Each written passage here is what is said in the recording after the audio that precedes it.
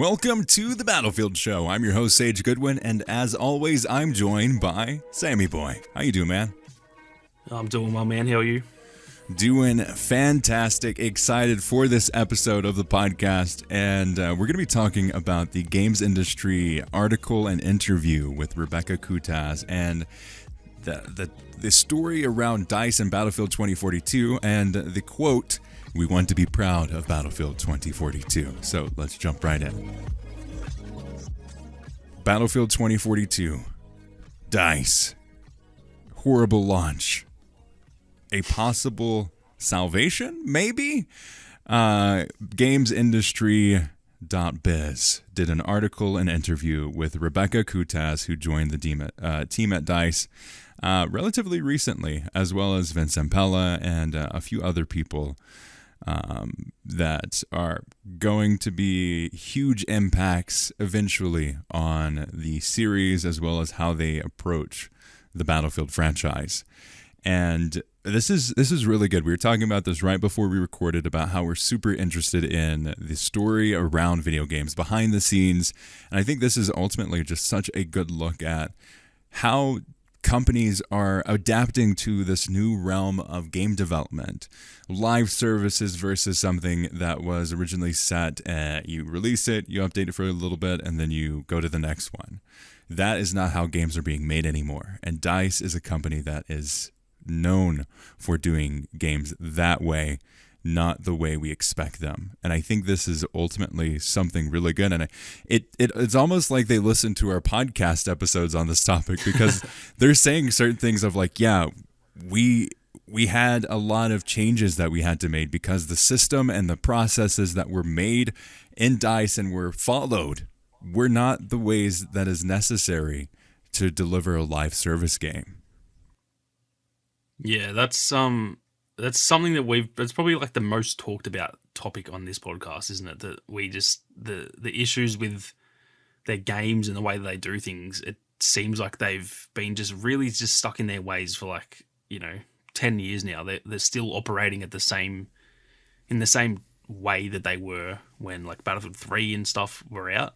Obviously, they've changed. Mm-hmm. They've made changes to the games, and they're slowly trying to adapt with putting in the specialists and putting in stuff like Firestorm and Hazard Zone. They're trying to somewhat keep up, but they're still very set in their ways, and it's good to hear that they've kind of I guess admitted that, and that they know they need to change, because that's what we've been saying the whole time, that they need to not only keep up with the industry but go back to what they were doing, where they were the ones actually pushing forward. Like they were the industry leaders in the first-person shooter genre, where everyone else was trying to keep up with them. They weren't the highest selling. Like Call of Duty's always the one at the top, but they were always Battlefield was always doing stuff that everyone else was like, oh wow, how are they doing that? We need to keep up with that. And so I really hope they can get back to that eventually. Whether they do, it's time will tell. I'm not overly confident, but positive signs from this interview anyway. They needed someone from the outside, or a few people from the outside, which they now have, that have experience with a variety of games, instead of the ones that were like, no, I've only worked on Battlefield and I only know Battlefield and I only really play Battlefield. Like, you need to have that outside innovation that comes in and realizes that, hey, we need to adapt and grow and change, and we're actually regressing than pushing the ball forward, because we are doing the same thing. When, like you said, they were the ones that were destruction, and everyone wanted to see that level of destruction in many other games. They were that level of fidelity that people really wanted. They were that level of immersion into a Battlefield setting with how large their games were. And for better or for worse, they tried to do that, but they lost the heart of what ultimately Battlefield is with the original launch of Battlefield 2042. And I think this is the quote that they open with. The launch of Battlefield 2042 was not as expected. Our players and community were disappointed, but so was our development team. We have focused on the health of the game, and so bug after bug, patch after patch, we are fixing and improving it. In each patch, we have a little win, and that is important for our team because they were disappointed. We're celebrating 30 years as a studio, but also 20 years on Battlefield. And we have players who've been with us for 20 years, and to disappoint them, it's really hard on us. So we want to improve the core gameplay experience, and that is what we have focused on. And now, as you might know, we have just released Season 1, and we have good feedback. The players are enjoying our map and the content that we've provided. So it's a win for us, and it makes us feel better. The team is here to make Battlefield, and they're passionate about Battlefield. We have many Battlefield veterans, so it's important for us to improve Battlefield 2042 and the experience that we can provide to our players. We owe them that. It's hard to tell, isn't it, whether that's like the PR talk or whether that's genuine. It's always hard to tell with DICE, and that's unfortunately the hole they've sort of dug themselves into. That I want to trust them, I really do, but I need to see it before I can believe what they're saying. But yeah, everything they've said in that's positive, and that's kind of what we needed to hear. That they just admit that they haven't lived up to what they sort of set out to do, and that they have admitted defeat, and they're going to try and work on it. So that's really, at this point, that's all we can ask. I guess they can't say much more than that. So yeah, it's still, as much as I'm not sure I trust it, it is still a positive to hear it. Exactly. It's a strong opening to get their message out first, because I think there's so many stories around them just leaving the game and working on the next one, and I think they're trying to up that PR engine and say, hey, no, we're still here, just keep staying with us. And I think it's really awesome that she actually pointed this out. DICE had 4 leaders who left, but that was also the opportunity to create a new leadership team around me, Coutaz says. So there were some members that were already on the team, but we could also insert new leaders like Lars Gustafsson? I have no idea. Yeah, Gustafsson, I think. Gustafsson, there we go. Who is the studio creative director, senior producers like Andreas Morel and Ryan MacArthur, who stepped up. So first we got that organized, and then we had to adapt the Battlefield organization. It had been organized to ship a game, and you know that live is not the same as shipping a game. So we've looked into the organization, to the structure, responsibility, development process, etc., and of course including our friends at Ripple Effect who work very closely with us on Battlefield 2042. When we shipped Battlefield 2042, we took a step back, and together with all studios, DICE, EA, Gothenburg, Criterion, who's now on Need for Speed, and Ripple Effect, we took a step back and we looked at what was working, and then we analyzed what didn't work. Why did we end up in a situation like we did, and how do we fix that? That analysis took us a couple of months, and we are now fixing it. We're getting reorganized, restructured, improving processes, adapting them to be able to make these monster games that we are making in co-development, and also working in the hybrid model. So many learnings, and the team are really behind me. They really want to change. They couldn't leave it like it was. So everybody is super motivated, and we have done, in my opinion, a lot of changes in the last 5 to 6 months. It's far from perfect, and we have many things still to learn, but we are integrating everything that we've learned so far. Hopefully that is true. It is an incredibly monumental task to change the way a corporation runs. And I would say it is impossible from everyone that I've talked to who has tried to do this. Yeah, it's a company that big. It can't be easy, and the fact that they seem to think they've done it in a few months, I feel like that's the type of thing that takes years, to be honest. Yeah, you don't be like, yeah, we reevaluated ourselves, we took a little vacation, we went in a cabin in the mountains, and like we really found ourselves in the true meaning of Battlefield. It's like, yeah, buddy, but you still have to work with people, and people are hard to change. Yeah, and that's the thing. Like, well, I guess that is one thing that has, from pretty much the first announcement, has made me, and same goes for you, it's made us excited that they brought in the likes of Vince Zampella and stuff, because I think that is the I think that is the change that they needed, was just someone strong from the outside, because it doesn't matter how good you are, if you've been working on the same game forever, you are set in your ways. It's it's not even a criticism. That is just a natural thing that if you do something if these guys have been working on the game for 20 years, it's worked in the past, so they just do it again. You know what I mean? It's not even necessarily their fault because they're wired to do that sort of thing. Mm-hmm. But you do need to bring in some fresh faces and some new ideas, and it's good that it's not all.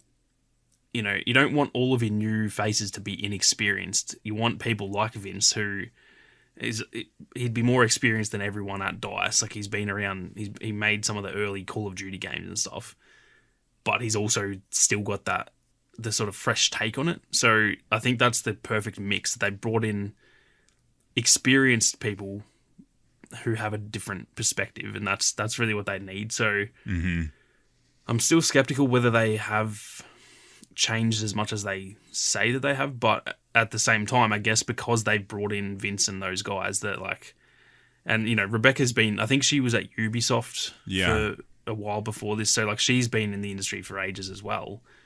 And yeah, bringing in these people, it's like that's really the number one thing they needed. So maybe it's not a lie. Maybe they actually have really turned things around. I'm not really too sure, but I guess we've got to look at it that they.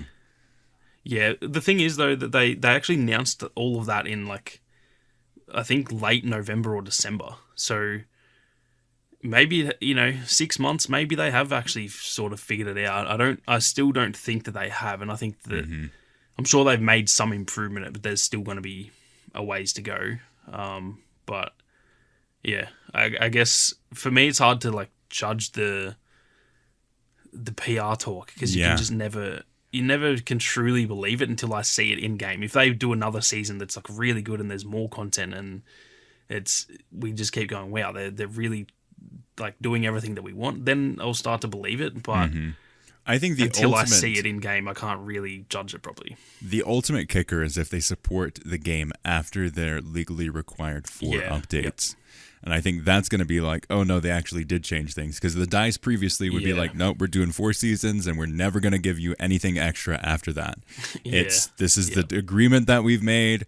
This is what we're giving. This article too has some interesting background on Coutaz that I did not realize in some of my research.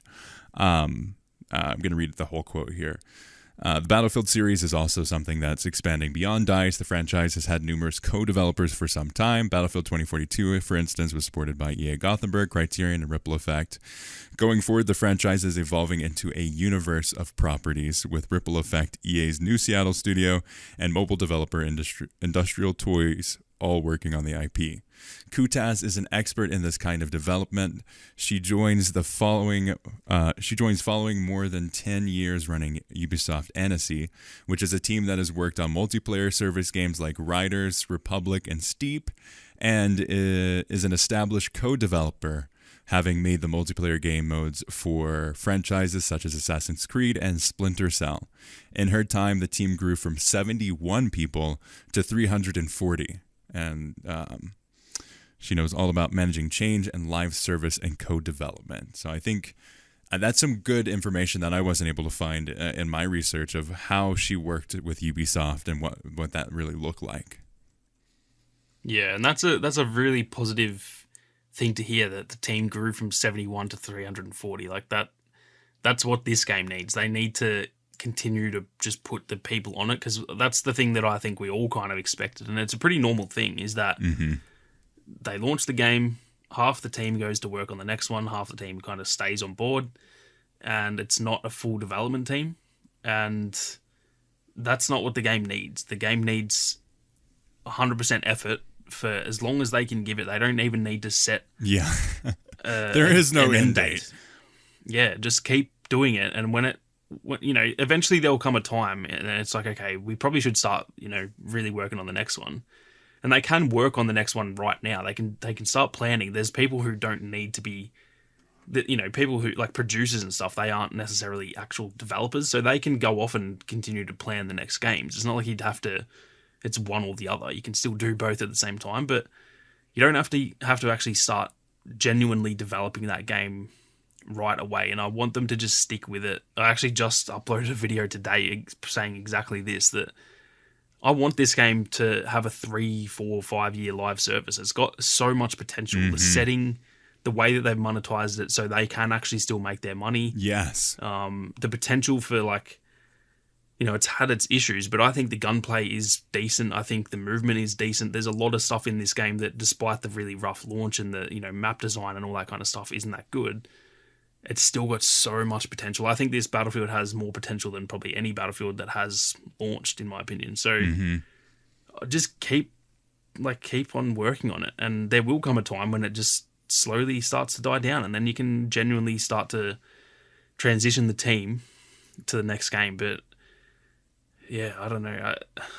I just don't think they're going to do that, and it's really frustrating. Hopefully this, because Vince has worked so closely on Apex, I hope that he's really adamant that, like, no, we're going to just do what Apex has done and just launch it and then just focus on it until eventually Apex will die and they'll have to make a new one. But whether they do that, yeah, I'm just, their history doesn't, I guess, bode too well for that. So I'm a bit skeptical still, but that's my want from this, is that they just really just keep sticking with it. Don't stick with it and put in all this effort, and then pretty much it'll be like this time next year when the game would end, if that's when it's going to end. Don't just let it get to that point and we're all like, oh man, this game, what a turnaround. Oh, what? They've cancelled it? Oh, sick. Like, that's the worst feeling. It happened with Battlefield 5. Like, we all started to finally go, okay, this game's getting somewhere. This is actually good fun now. And it's cancelled. Like, that's the worst feeling. It's the same with Battlefront 2. You and I have been burned by this so many times that it's just we still keep coming back. Yeah, I've got bloody PTSD from this. So just stick with it and just... The D stands for dice.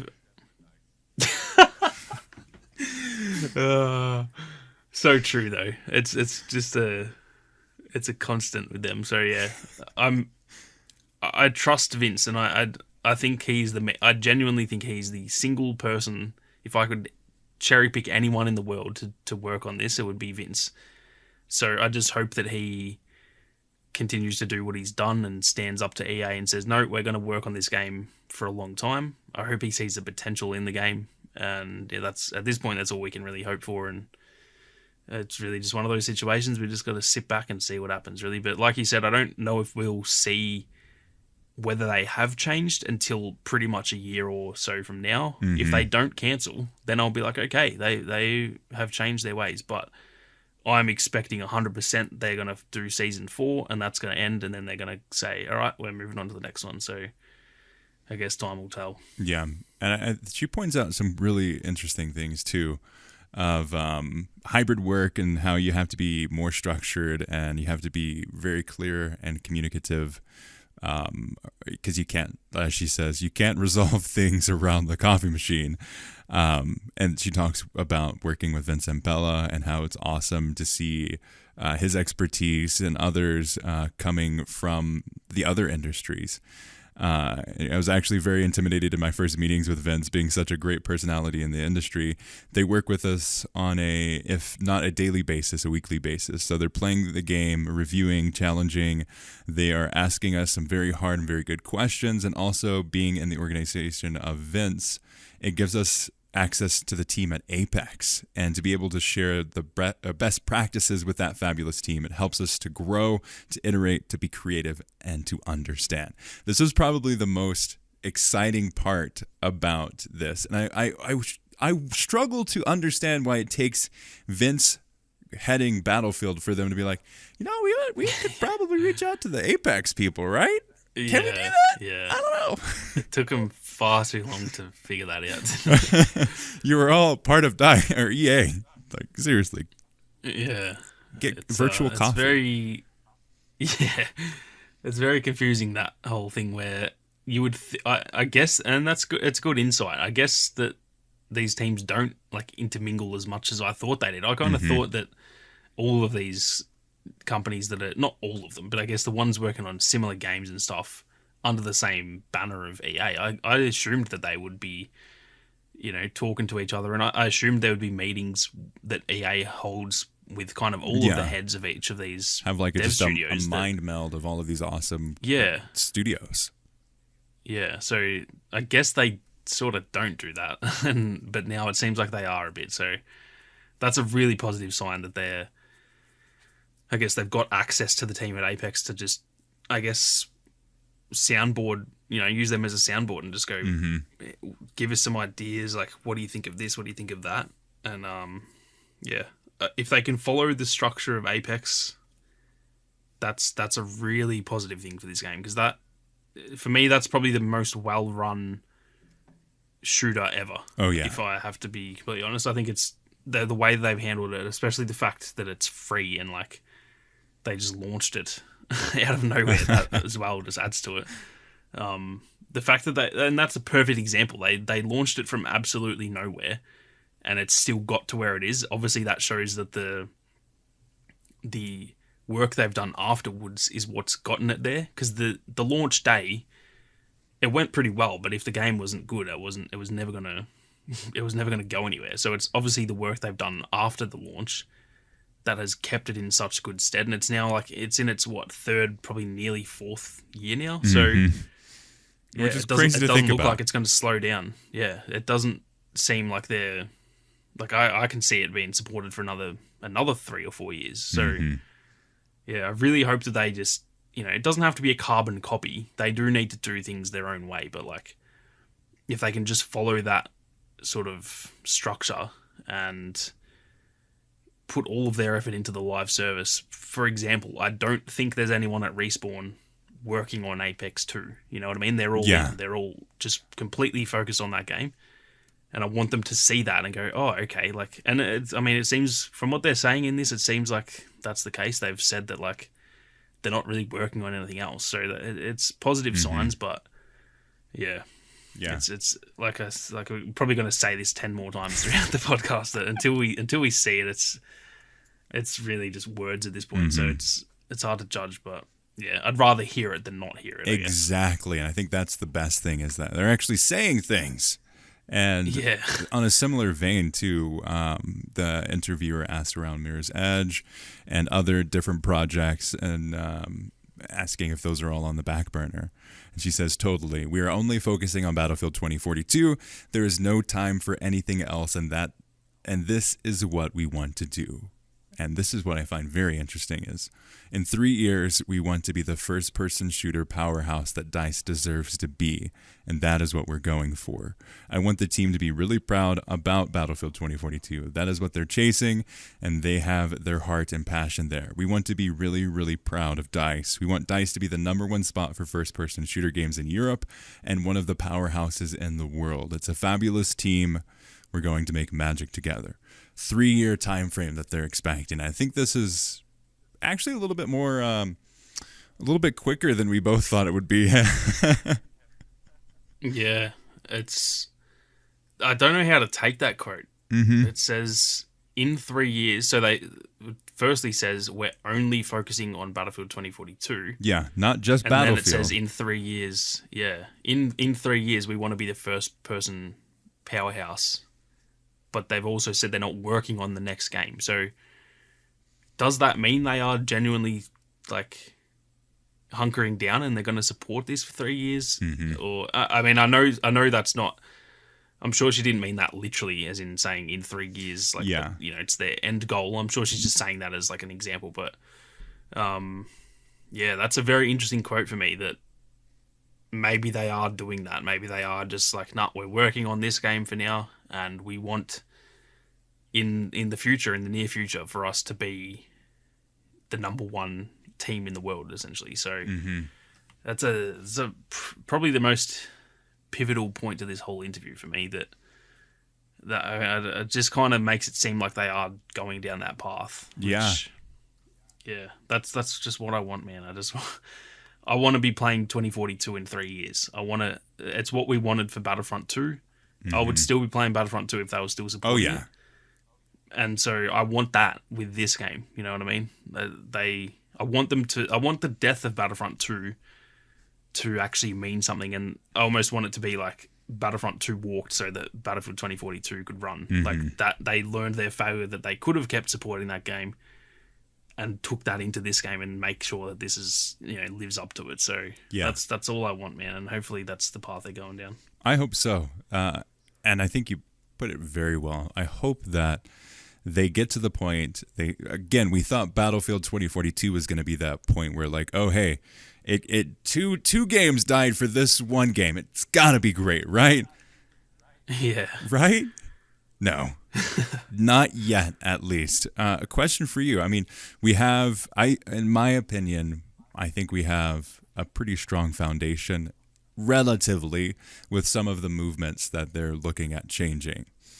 What do you think they should do to make Battlefield 2042 the best foundation for future updates? Like what in your opinion is like they should do these things so we can see the game grow in ways that those previous games couldn't?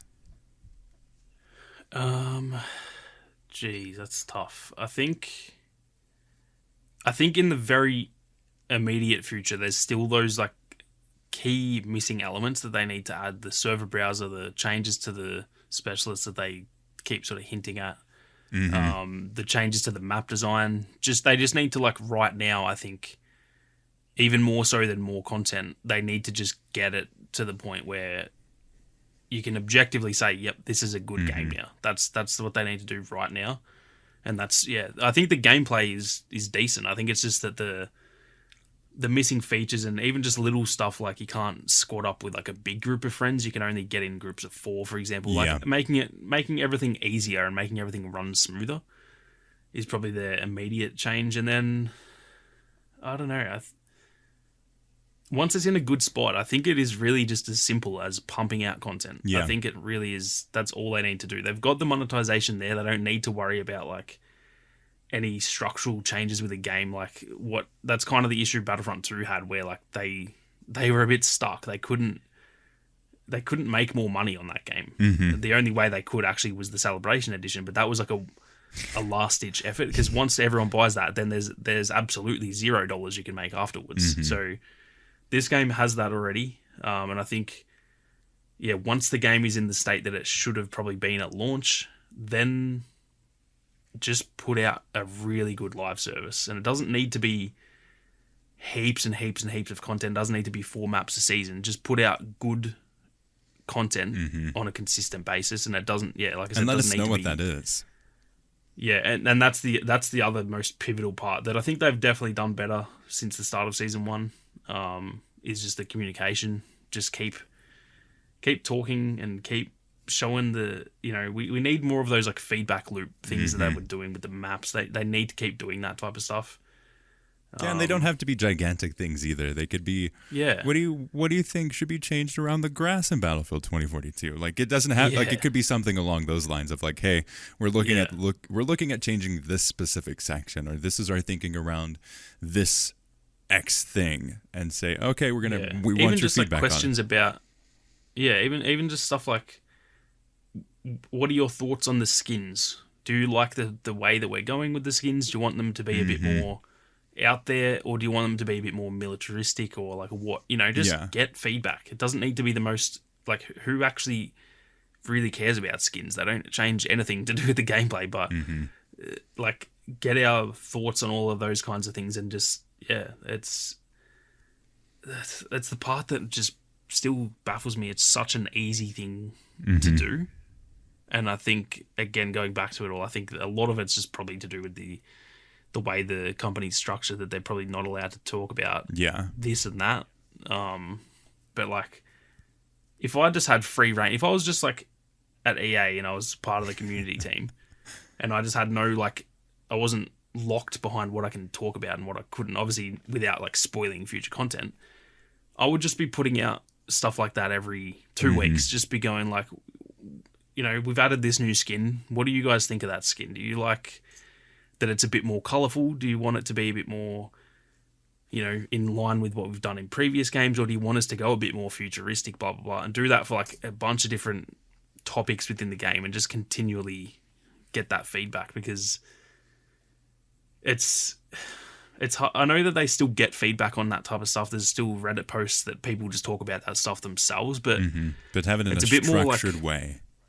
yeah, when you're asking it, it's a bit more like Okay. easily structured and easily like manageable to where you just know this is what we're talking about today, and I'm going to get feedback on this exact thing, as well as the point that a lot of people might not even think of that type of stuff until you ask the question, and then people go, oh, actually, now that you say that, I'd really like this and this and this. So yeah, I think feedback and communication is always going to be the number one thing. I don't care how many times I'll have to say that. That's the number one thing that any game needs, is just good communication. So that's definitely number one. But yeah, I think as for the rest of it, just keep doing what they have done. The last 3 to 4 months, if they just continue to do that, I think if they stick with it for years, it'll be a really good game. But just whether they do that or not is the difficult question.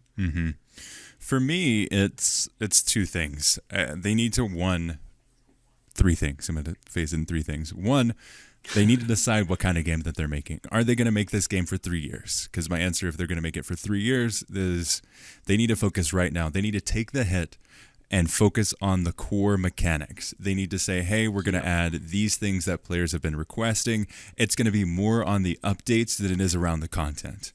If they are planning to only do the content that they are legally required to do, pump out as much content as you can, learn as quickly as you can what people want, what people don't want, and then use that information for the next game.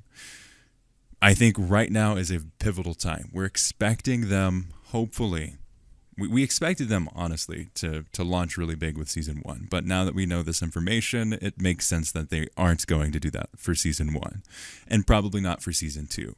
So I'd love for them to be upfront and say, hey, we want to support this game and make it a good experience. We want to be proud of it. Set a timeline. Tell me that you're going to support the game for a set amount of time, and then we will be a lot more forgiving of saying, hey, well, we know for sure that they're going to be supporting this game for at least 2 years, 3 years maybe, 2 conservatively. So we know that this amount of months equals this percentage of the amount of supports.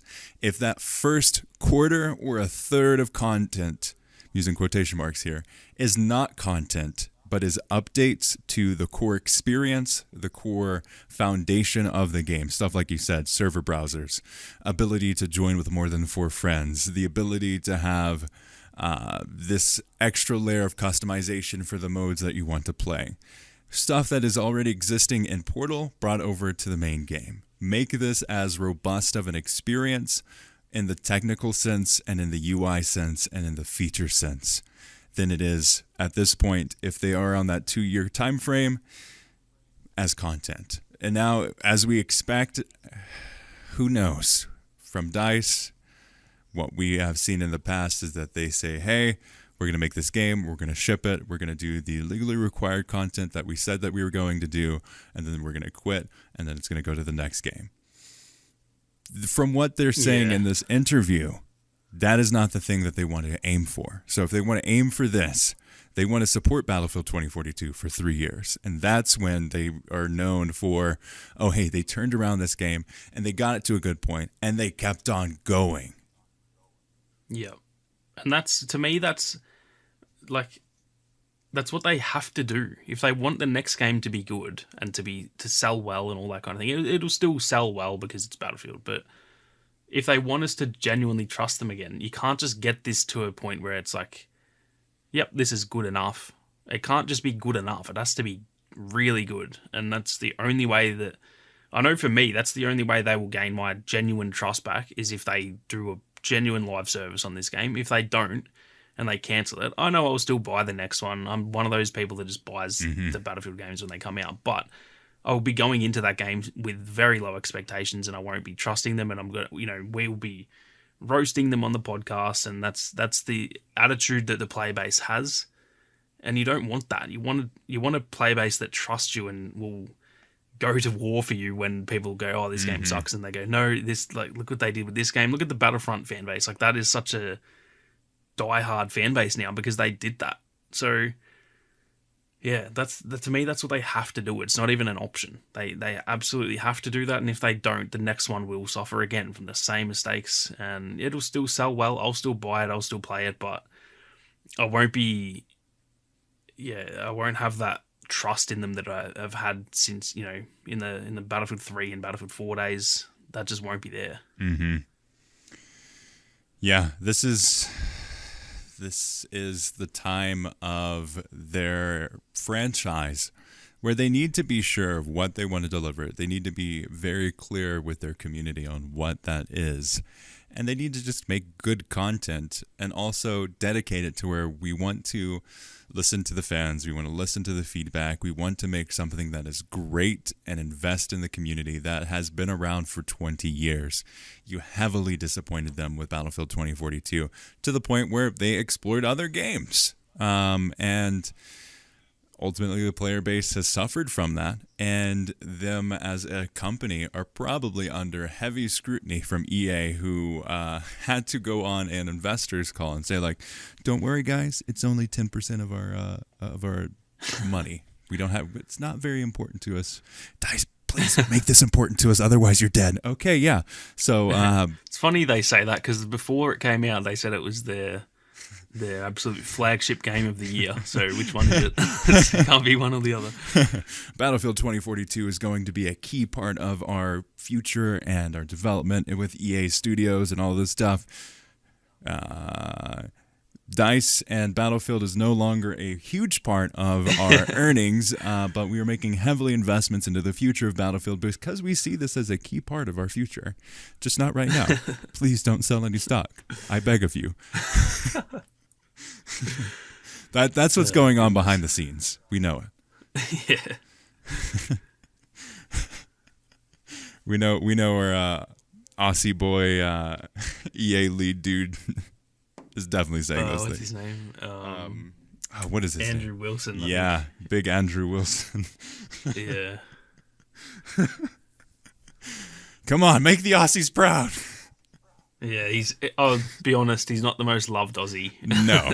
He's done some things that he's not that loved down here. But Oh, yeah. hopefully he can turn it around. That's all we can ask for. We stand for Chris Hemsworth in this house.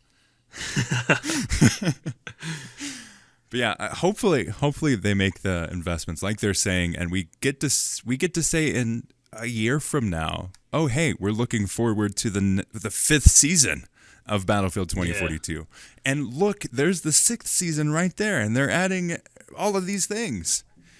Yeah, that is 100% the defining moment of this game, I think, which kind of starts now, but like for us as fans, that's going to be the telling point, isn't it? When we're entering season 4 and we're sort of like halfway through season 4, if we start to not hear anything about season 5, then it's like, geez, I think we're done. Mm-hmm. But if they that's all they have to do is announce season 5, and I'll be on board, and I'll go along for the journey with them if they're going to support it. But it's like, if it's hard to even heading into like a season 3, if we know we're not getting season 5, it's like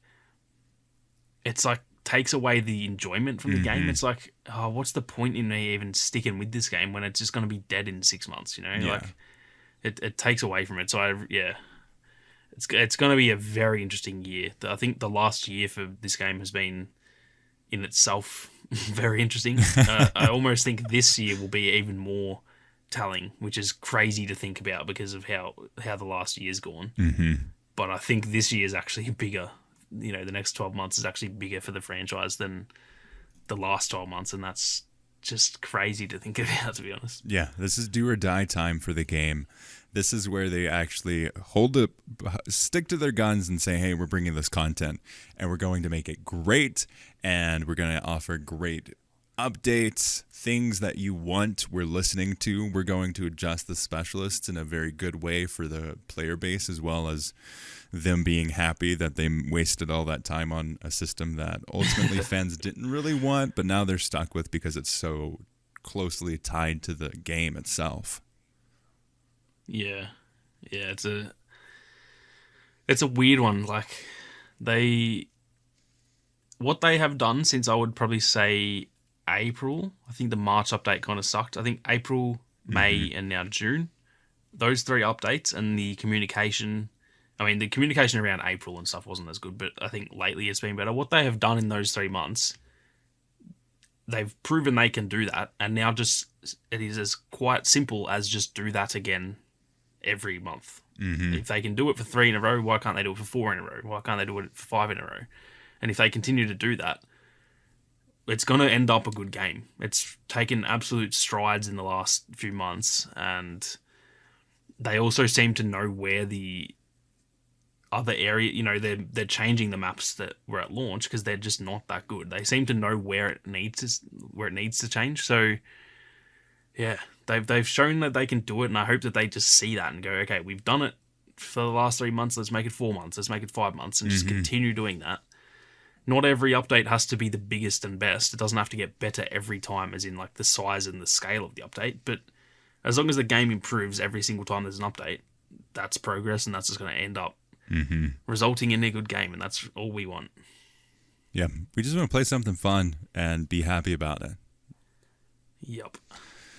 I think with that, we're going to close out this episode. Thank you all so much for listening to this episode of The Battlefield Show. What are your thoughts on this deep dive into the behind the scenes for DICE?